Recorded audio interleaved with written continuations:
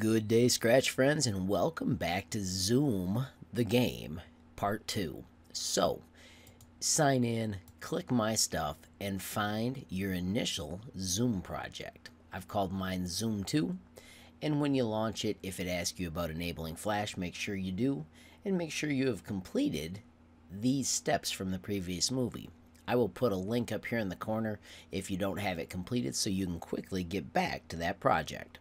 So far, when we click the flag, we shrink the size of our spaceship, and then when we drive, no matter what, it aims in the direction we want because we made cool costumes for each direction. Our mission now is to add a different backdrop, which is super simple. Once you click the backdrop, just click the choose, and then I want you to choose space, and I want you to choose stars.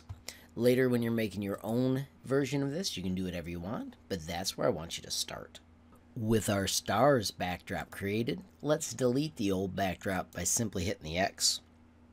And then let's create a new sprite by clicking the Paint New Sprite. When we click that, we always want to switch to vector. So check your neighbors, make sure your toolbar is to the right so we can design a vector. Let's change the name of this sprite to Track 1. With our tools on the right, I'm going to set my zoom to 200% so I can see better. I'm going to switch to the line tool, and I'm going to just draw a line across my screen in the color yellow. If yours doesn't show up yellow, hit clear and switch to yellow because we're going to use that for part of the project. So there's my straight line. I'm going to then grab it with the select tool, and I'm going to nudge it as low and as far left as I can for my course. Please draw your course just like me for this one. You can make better tracks later, but this first one you want to make really easy so that you understand what you have to do for this project to work. So right here, I drove off the screen, so I went too far, so I'm just going to do undo, and I'm going to do it again till it fits.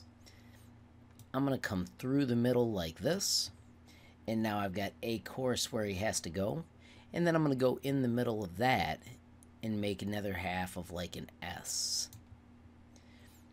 I can now go back to this line, and I can connect and make some little bumps to make that a little more interesting, and I'm going to make this a little skinnier as we get to the finish. So you can see this is pretty simple, but it does give a track that he has to go through.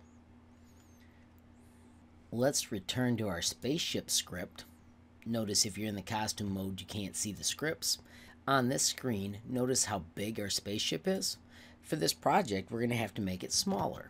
So I'm going to try 30% and see if I like that.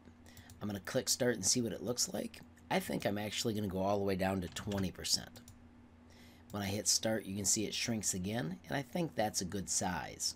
The next thing I'm going to do is move him to the starting location. Notice it automatically does the go to XY for wherever I put it. See how that adjusts each time I let go? So I'm going to make him go there when he receives start. So he immediately, when I hit stop and start, will go to this location, be this size, and make sure he is shown. If we drive right now, our course is pretty cool, but there are no rules that keep him locked in. So let's make it so there are rules that keep them locked in. Under control, bring out another forever. Under events, bring out another when I receive start. And then in this one, let's do an if then. And we want to do a special kind of sensing. We're going to use touching the color. And once again, remember when we picked yellow? That's because we wanted to make sure that we had something that wasn't anywhere else in our project. And I had done that bit of planning for you. So when he receives start, he's going to forever check if he's touching yellow, and then we've got to have something that he does. At this point of the game, I simply want it to flash a message and then restart. So I'm going to go to looks, and I'm going to have it say, "Aw, man." But I'm going to make it only say it for 1 second. And then I'm going to have it move back to that location.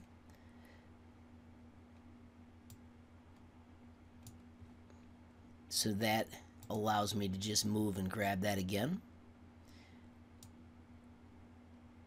And then I'm going to have him say, try again. And that'll wait for 1 second before they're allowed to go. I think I might actually make that only be 0.5 seconds. So if we hit stop and start, let's test our project now. The arrow keys are a little slow to respond. There they go. And now I am driving. And if I touch the yellow, oh man, and it restarts and I try again. So I think that lag may be because I have 2 when I receive starts for the same sprite. So let's pull out our code. Notice how the if just comes right out. And let's put it in above the forever that was already there. So now I've got the first check of the colors, and then I've got the 4 different if arrow key pressed under the same forever loop. And then I can right click and delete those to get them out of my way. And now it seems to drive a lot more smoothly. So that is where, as you use your code, you can debug it and see whether it is useful or not. If you decide your course is too easy, at the 20% size, force them to be 30% and see what it's like then. Haha, 300% won't work. That'll be too big. So when I hit stop and start, I get to adjust it and see if it's more difficult. There, I touched the corner. Oh, see, but it didn't catch it first. It took a second. So does it? Oh yeah, it does record it. So there's how you can adjust and make your game a little more cool. And then stay tuned for tomorrow when we put a you win part in our project. Before we go any further, make sure you hit that save now. You don't ever want to lose your work.